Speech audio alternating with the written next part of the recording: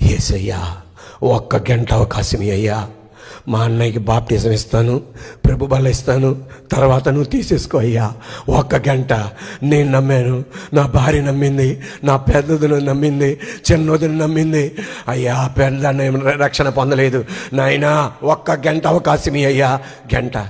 Doctor గారు వచ్చి, pastor Paul Gopal Krishnan, I'm sorry, మీ అన్నయ్య మరణించాడు అని చెప్పగానే ఐసీయూలోనికి వెళ్ళి తన తల అన్నయ్య గుండె మీద కొట్టి కొట్టి, యేసయ్యా, నేను ప్రార్థన చేస్తే అనేక మందికి అవకాశం ఇచ్చావు, అన్నీ వదులుకొని నీ సేవ చేస్తున్నాను, ఒక్క గంట అవకాశం అంటే నాకు ఇవ్వలేదు కదయ్యా, ఒక్క గంట నాకు ఇవ్వలేదు కదయ్యా అనగానే దేవుడు ఆయనతో మాట్లాడాడు. పాస్టర్ పాల్ గోపాల్ కృష్ణన్, నువ్వు అడిగింది గంటే, నేను మీ అన్నయ్యకి 16 సంవత్సరాలు ఇచ్చాను. మీ అన్నయ్యని 16 సంవత్సరాల క్రితం నువ్వు చూసావా? ఆ రోజునే మీ అన్నయ్యని ఇంటికి వచ్చి చంపాలి.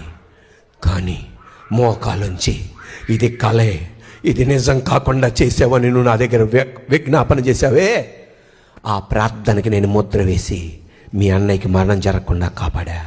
నువ్వు అడిగింది గంటే, నేను మీ అన్నయ్యకి ఇచ్చింది 16 సంవత్సరాలే. ఇక్కడ వాక్యం వింటున్నా నువ్వు, ఇంకా నీకు ఎన్ని గంటలు కావాలో, ఎన్ని సంవత్సరాలు కావాలో బాప్టిజం తీసుకోవడానికి దేవునికి నువ్వే చెప్పు. ఈ రోజున మన ప్రార్థన ఇదే ఉండాలి. యేసయ్యా, నా ఇంట్లో ప్రతి ఒక్కళ్ళు రొట్టె ద్రాక్షరసం పట్టుకోవటం నేను చూడాలి.